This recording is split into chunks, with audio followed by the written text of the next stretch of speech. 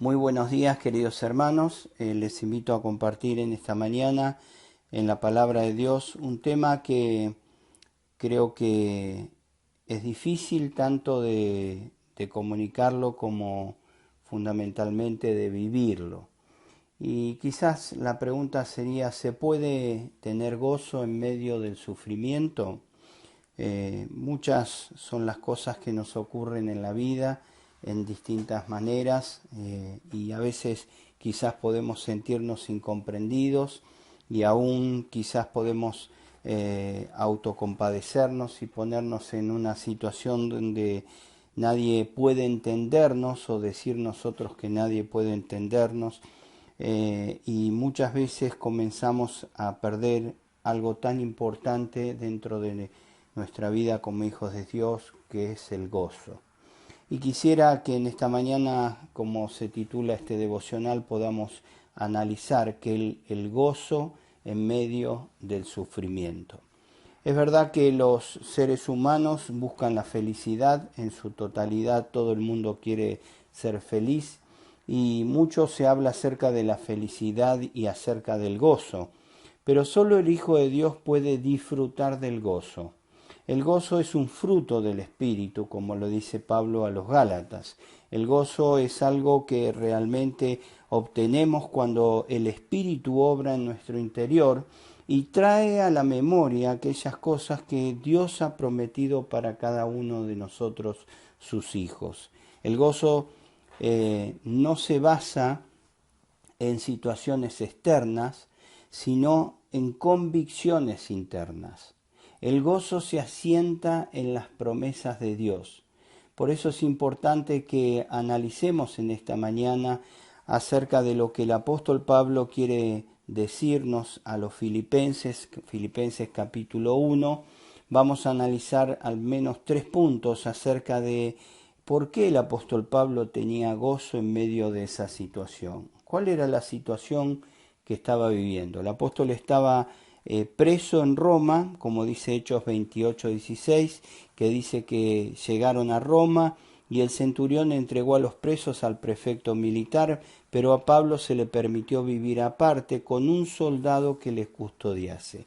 Él estaba allí en una casa donde podía estar con cadenas seguramente hacia el soldado, y ese soldado habría escuchado seguramente el Evangelio, tanto el que estaba a la mañana como a la tarde como a la noche, todos los que habrían pasado, toda la guardia que habría pasado por aquel lugar habría conocido el Evangelio a través del apóstol Pablo. Pero estando en aquella situación, él comienza a recordar las cosas que le traían gozo. Epafrodito, que era un hermano al cual el apóstol Pablo destaca como hermano de ejemplo a seguir, como realmente lo describe en esta misma carta, le lleva seguramente ofrendas de parte de los hermanos de Filipo hacia Roma, una distancia aproximada de unos 1200 kilómetros, que en la actualidad podemos tardar en avión 1 hora y media, 1 hora 40, en vehículo podemos tardar alrededor de 10-12 horas, pero en aquella instancia se tardaba aproximadamente un mes. Epafrodito lleva esta ofrenda y lleva los saludos de los hermanos para consolar al apóstol Pablo, y es enviado por la iglesia seguramente para asistir al apóstol en aquel lugar. Ahora, cuando él recibe noticias, le escribe una carta a los hermanos y la envía nuevamente por Epafrodito para alentar el corazón de los hermanos en Éfeso y en Filipo, perdón. Y el apóstol empieza diciendo en el versículo 3 del capítulo 1, doy gracias a mi Dios siempre que me acuerdo de vosotros. Fíjense que la memoria en la que el apóstol tiene de los hermanos de aquel lugar, de Filipos, es algo que produce en su interior ese gozo del cual vamos a hablar en esta mañana.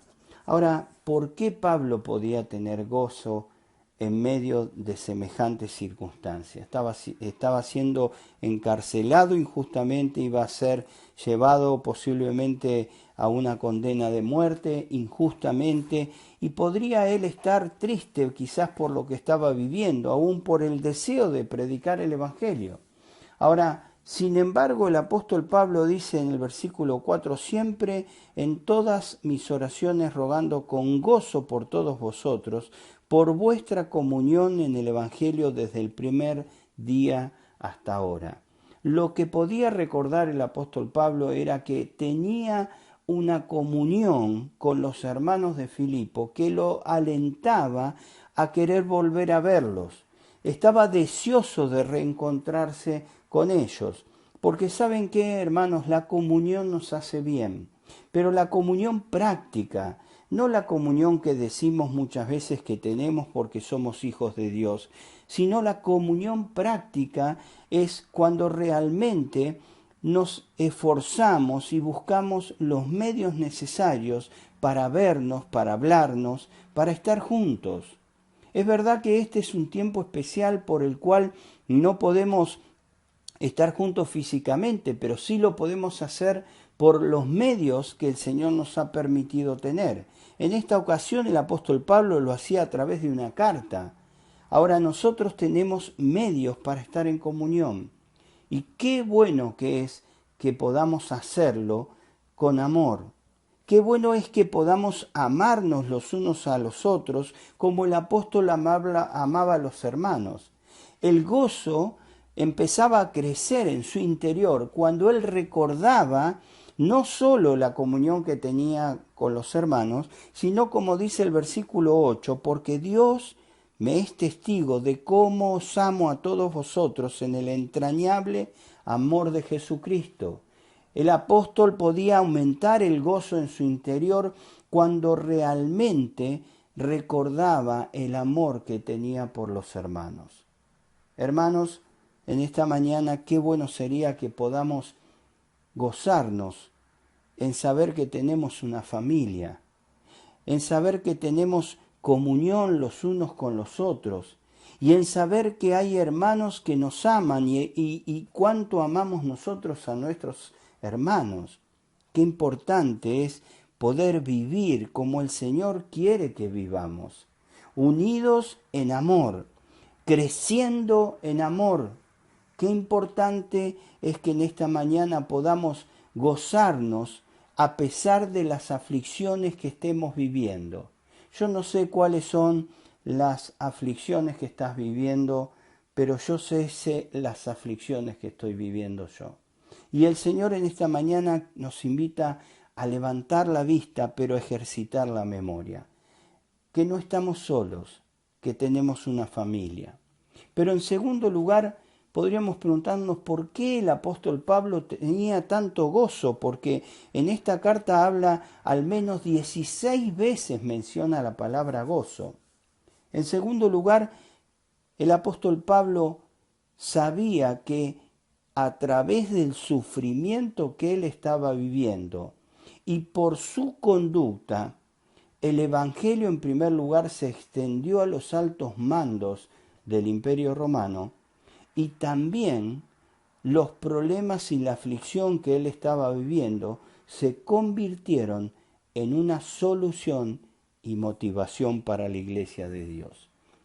El Evangelio llegó aún a los reyes a través de cada uno de los juicios que el apóstol tuvo, y él presentó el Evangelio de salvación a través del Señor Jesucristo. Pudo ser testigo fiel de lo que el Señor quería, que era llevar el Evangelio a todo aquel que verdaderamente necesitaba de Dios, que eran aún los reyes de aquella instancia. Somos llamados a predicar el Evangelio, y a predicar en momentos de aflicción también somos llamados cada uno de los hijos de Dios. Y mis hermanos, cuando predicamos el Evangelio en momentos en los que estamos pasando por aflicciones, el Evangelio impacta con mayor peso en la vida de aquellos que nos miran o aquellos que nos oyen. ¿Se acuerda? El apóstol Pablo estuvo allí en Filipos, en Hechos capítulo 16, vamos a ver o vamos a recordar cómo le predicó a Lidia y cómo luego ellos liberan a aquella chica que tenía ese espíritu, que estaba poseída por ese espíritu, y son encarcelados junto a Silas injustamente, son castigados, son maltratados y son puestos en lo peor de aquella cárcel, pero aún en aquella situación ellos cantaban alabanzas a Dios. Y impactó de tal manera, como veíamos el domingo pasado, de tal manera impactó en la vida de aquel carcelero y de aquellos presos, que aquel carcelero se postró a los pies de los presos y le dijo al apóstol: ¿cómo debo hacer para ser salvo? No solo el carcelero, quien lavó después las heridas de nuestros hermanos, sino toda su familia no solo creyó, sino que se bautizaron.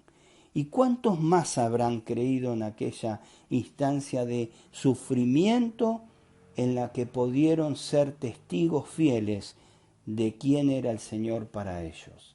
El Evangelio se extendía, pero no solamente se extendía, sino que los problemas y la aflicción, como dijimos, se convirtieron en solución para la extensión del Evangelio y en motivación para aquellos hermanos que veían la fe del apóstol Pablo. Dice el apóstol en el capítulo 1, versículo 12: quiero que sepáis, hermanos, que las cosas que me han sucedido han redundado más bien para el progreso del Evangelio, de tal manera que mis prisiones se han hecho patentes en Cristo en todo el pretorio y todos los demás. Y la mayoría de los hermanos cobrando ánimo en el Señor con mis prisiones, se atreven mucho más a hablar la palabra sin temor.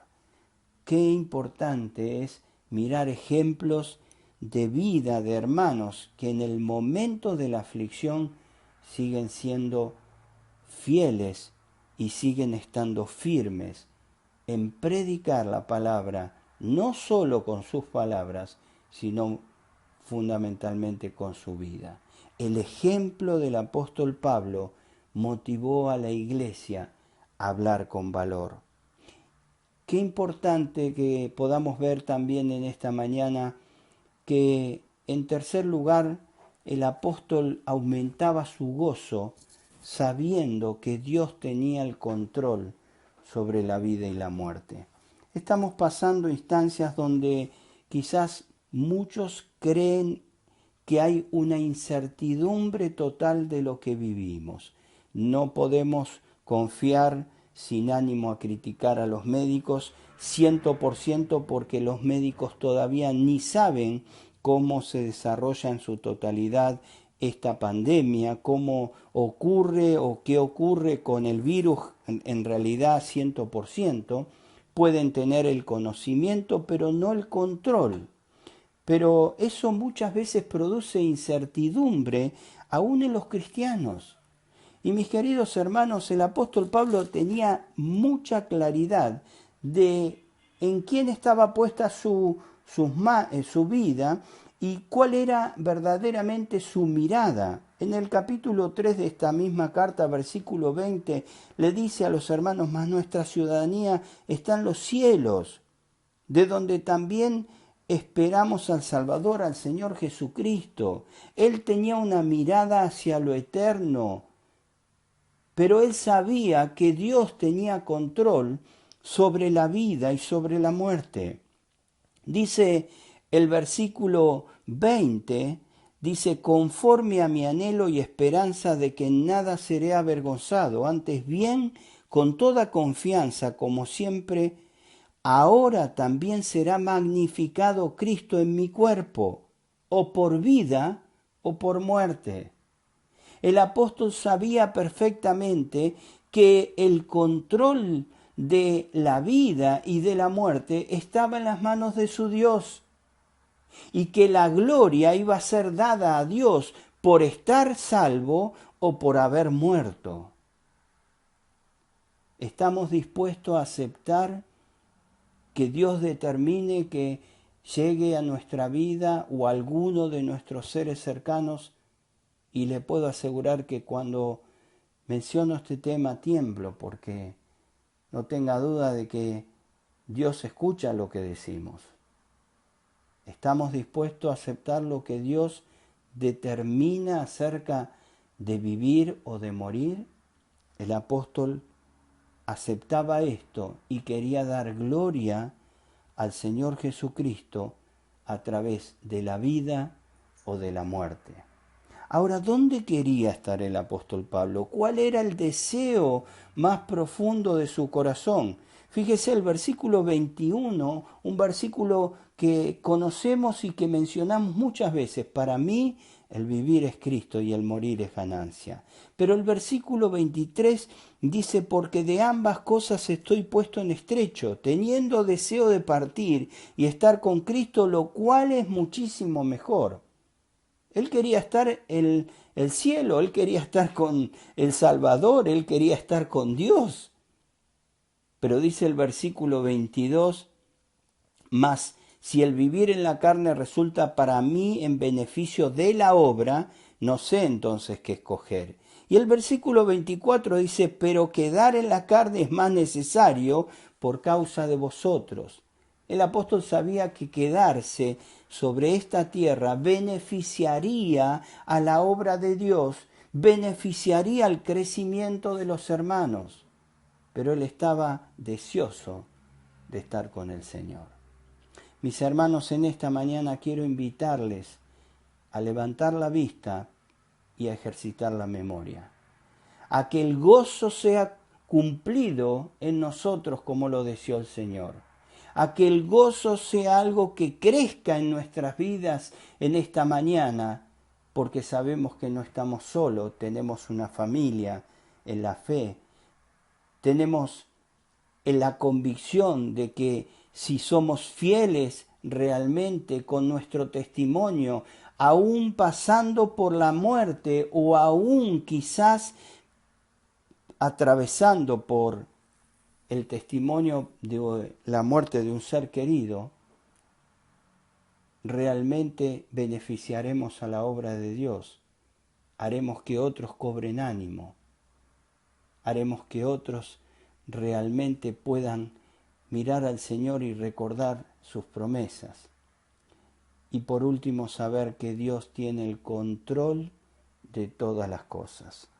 Mire, es verdad que hay que cuidarse y está bien que lo hagamos, pero no se olvide, la última palabra y la primera siempre la tiene Dios. Él determina cuál es el tiempo de nuestra partida. El apóstol Pablo lo dijo, él ha prefijado los límites de la habitación del hombre. Recordemos estas cosas y cobremos ánimo y aumentemos nuestro gozo en esta mañana para disfrutar de ser hijos de Dios. Que el Señor les bendiga.